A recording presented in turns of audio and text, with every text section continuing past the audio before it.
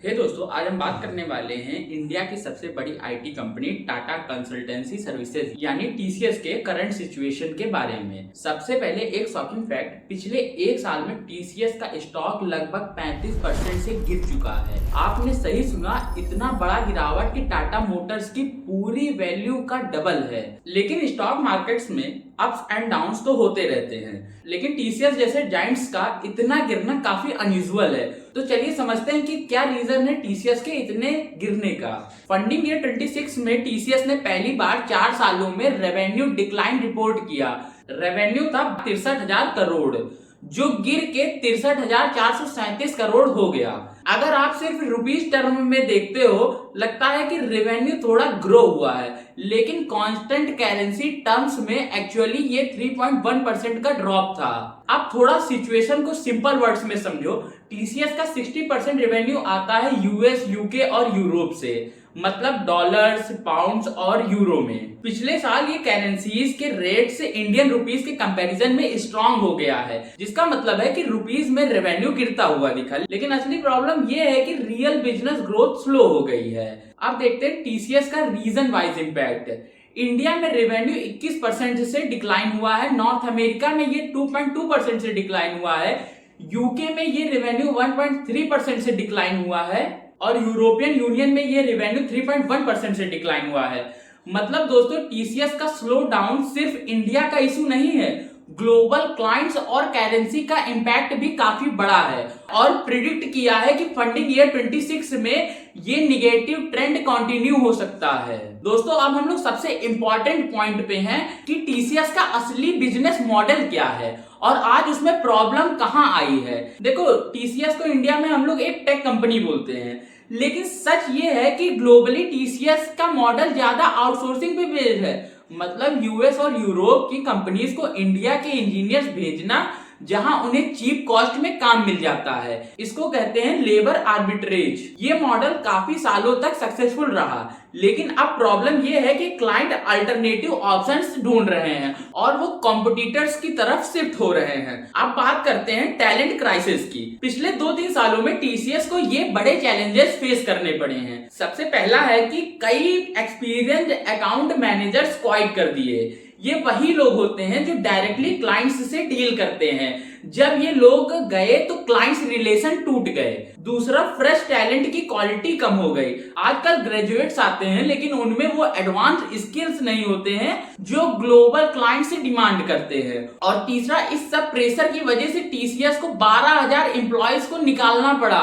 सोचो, एक तरफ क्लाइंट्स छोड़कर जा रहे हैं, दूसरी तरफ स्किल्ड एम्प्लॉयज कम हो रहे हैं, तो ऑब्वियस है कि बिजनेस मॉडल पर प्रेशर आएगा। और यही वजह है कि टीसीएस जो पूरा मॉडल है, चीप इंजीनियर सप्लाई करो, क्लाइंट्स खुश रहेंगे, वो अब उतना इफेक्टिव नहीं रह गया है, क्योंकि दुनिया आज एआई, क्लाउड और एडवांस्ड टेक सॉल्यूशन की तरफ मूव कर रही है और सिर्फ कॉस्ट कटिंग मॉडल से ग्रोथ पॉसिबल नहीं है। दोस्तों, अब समझते हैं कि टीसीएस का डाउनफॉल में सिर्फ बिजनेस मॉडल और टैलेंट क्राइसिस ही नहीं, बल्कि एक्सटर्नल अनसर्टेनिटी और इंटरनल मिस्टेक का भी बड़ा रोल है।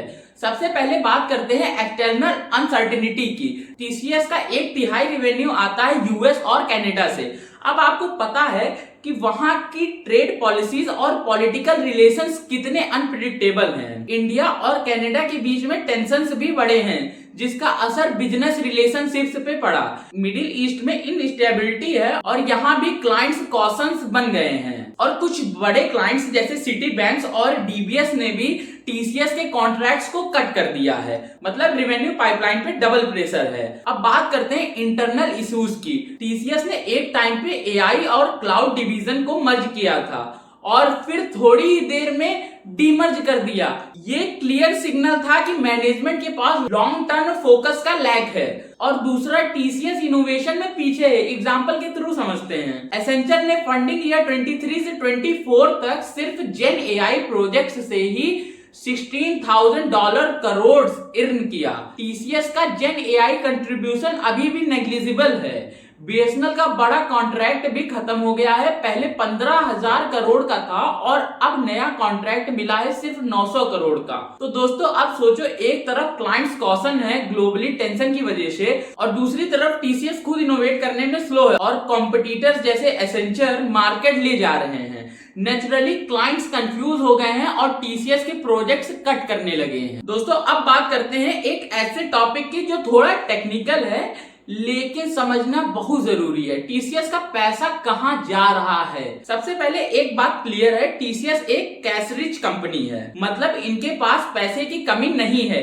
लेकिन सवाल ये है कि कंपनी उस पैसे का यूज कहां कर रही है। एक नॉर्मल टेक कंपनी अपने कैश का यूज करती है आर&डी, रिसर्च एंड डेवलपमेंट में और एक्विजिशंस में, ताकि फ्यूचर ग्रोथ सिक्योर हो। लेकिन टीसीएस का पैटर्न अलग है।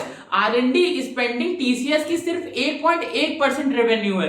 कंपेयर करो, एसेंचर लगभग 2.2% स्पेंड करता है। पिछले 5 सालों में टीसीएस ने सिर्फ 3 एक्विजिशंस किए हैं, जबकि एसेंचर ने 180 प्लस एक्विजिशंस कंप्लीट किए। सोचो डिफरेंस कितना बड़ा है। अब आप सोचोगे, अगर टीसीएस अपना पैसा आर&डी और एक्विजिशंस में इन्वेस्ट नहीं कर रहा तो फिर कर क्या रहा है। आंसर है डिविडेंड्स में। फंडिंग ईयर 20 से अब तक टीसीएस ने अपने शेयर होल्डर्स को लगभग 2.6 लाख करोड़ डिविडेंड डिस्ट्रीब्यूट किया है। ये इतना बड़ा नंबर है कि आप सोच भी नहीं सकते। और इसका एक मेजर रीजन है टाटा सन्स, जो टीसीएस की पेरेंट कंपनी है। टाटा सन्स को एयर इंडिया जैसे बड़े एक्विजिशंस और अपने डेब्ट्स रीपे करने के लिए पैसा चाहिए था, और टीसीएस के डिविडेंड उसके लिए एक इजी सोर्स बन गए। मतलब टीसीएस का कैश ज्यादा शेयर होल्डर पे आउट्स में गया, ना कि एग्रेसिव ग्रोथ में। तो पिक्चर क्लियर है, टीसीएस आज एक मैच्योर स्टेज में है। ग्रोथ इन्वेस्टर्स के लिए शायद ये उतनी अट्रैक्टिव कंपनी नहीं है, क्योंकि इनोवेशन और एक्विजिशंस में स्लो है। लेकिन कंजर्वेटिव इन्वेस्टर्स जो स्टेबल डिविडेंड इनकम चाहते हैं, उनके लिए टीसीएस शायद एक स्ट्रॉन्ग और सेफ ऑप्शन है। दोस्तों ये था टीसीएस की पूरी एनालिसिस, इसके ऊपर से साइन और अंदर की कहानी दोनों। अब आपको क्या लगता है, टीसीएस एक सेफ डिविडेंड वाली कंपनी है या फिर इनोवेशन के रेस में पीछे छोड़ रही है? अपनी सोच जरूर कमेंट में बताइएगा। वीडियो पसंद आया हो तो लाइक करना, शेयर करना और चैनल को सब्सक्राइब करना मत भूलना, क्योंकि आगे भी आपको इसी तरीके के क्लियर और सिंपल एनालिसिस मिलते रहेंगे। मिलते हैं नेक्स्ट वीडियो में एक नए टॉपिक के साथ। तब तक के लिए ध्यान रखो और समझदारी से इन्वेस्ट करो।